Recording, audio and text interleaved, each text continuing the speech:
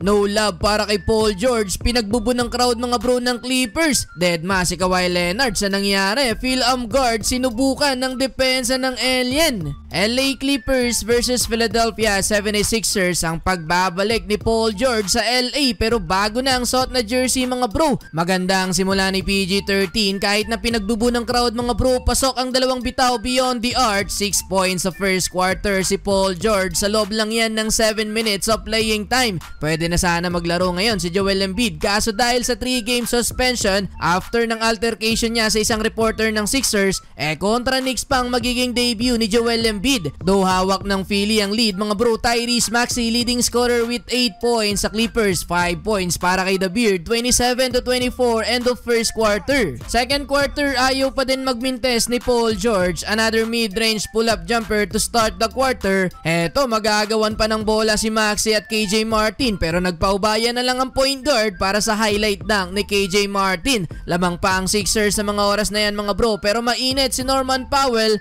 15 points na para sa kanya sa first half. Under 3 minutes ipinasok si Paul George. Solid na pambubo pa din ang bungad ng mga fans sa kanya. No love for PG ang crowd ng Clippers, though perfect shooting pa din si PG-13, 4 of 4 sa field. Meron na din siyang 12 points sa first half. Di pa umubra ang panggugulo ng crowd sa kanya. End of first half, nauwi sa tabla ang laban, 51-51. Well, heto mga bro, bigo ang Phil guard na si Jalen Green. Mailagay sa poster dunk si Victor Wembanyama under 7:25 ng first quarter nung sinubukan ni Jalen Green dakdaka ng 7'4" alien. Pero grabing blanka din ang ginawa dyan ni Wemby mga bro. Talagang sinarado ang dunk attempt ni Jalen Green. May pag-angas pa ang Phil nag-stare down kay Wembanyama. Well, kung si Rudy Gobert siguro yon, for sure dunk of the year ang kalalabasan nun mga bro. Kaso halimaw talaga dumepensa si Wemby. Though panalo ang Houston Rockets sa laban na yan, 127-100, 21 points para kay Jalen Green, 15 points with 3 blocks para kay Wembanyama. Third quarter na pa-take over mode si Terrence Mann, 7 straight points para sa Clippers, kaya namaga sa 9 points ang inahabol ng Philly. James Harden, first point since first quarter mga bro. Under 5 minutes si The Beard naman ang napa-take over, hitting 12 straight points para sa Clippers. Kaya naman dahil dyan mga bro, lobo na din sa double digit ang kalamangan ng Clippers. Kevin Porter Jr. and one layup. Tinapos pa ni Chris Dunn ang laban sa kanyang slam dunk, 84-68 mga bro. Tambak na ng 16 points ang Philly. Well, fourth quarter back-to-back basket para kay Paul George. Sinubukan buhatin mga bro ang opensa ng Philly, kaso burado agad yan sa tres ni Norman Powell. Patawa-tawa na lang sa bench si Kawhi Leonard mga bro dahil natambakan na ang Sixers. Well, di pa din alam kung kailan makakabalik ng lineup si Daklo sa uli. Panalo ang LA Clippers